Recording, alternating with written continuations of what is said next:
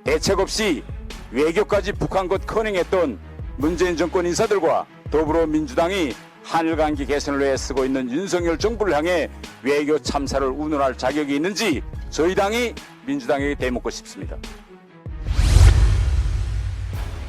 국회 외통위 간사 태영호입니다.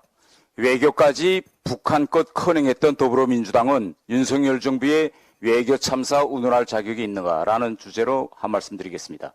최근 일본 정부가 안보 3대 문서를 개정하고 반격 능력 보유를 선언하면서 우리의 고유 영토인 독도에 대한 영유권 억지 주장을 또다시 펼쳤습니다.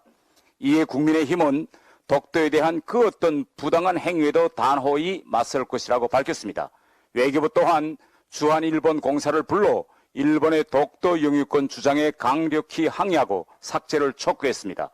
또한 자위대 반격 능력 보유에 대해 한반도 안보 및 우리 국익에 중대 영향을 미치는 사안은 반드시 우리와 긴밀한 협의 및 동의가 필요하다는 입장을 내놨습니다.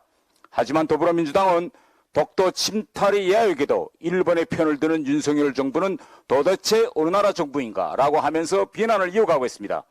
과연 더불어민주당이 한일 관계와 관련하여 이런 말을 할 자격이 있는지 대묻고 싶습니다.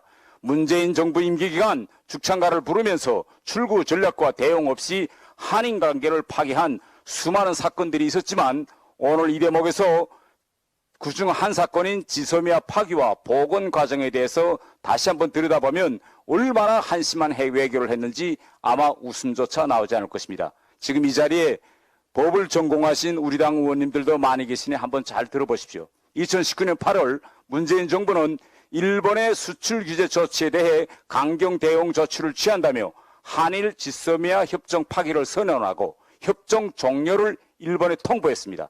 그때 그 기세를 보면 당장 일본에 큰일이라도 칠 것 같았고 일본이 금방 우리에게 구보 나올 것만 같았습니다.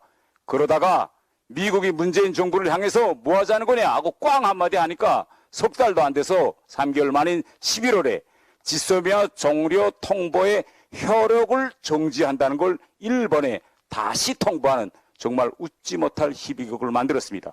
그리고 임기 말기에는 슬며시 지소미아는 아직 살아있다는 입장을 발표하여 꼬리를 내렸습니다.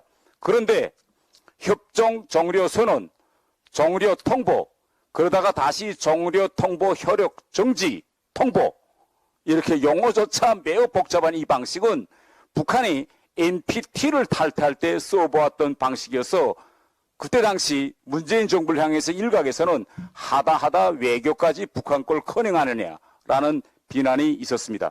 북한의 NPT 탈퇴 방식은 아직도 국제법률학회에서 유효한 방식인지 논란이 있습니다.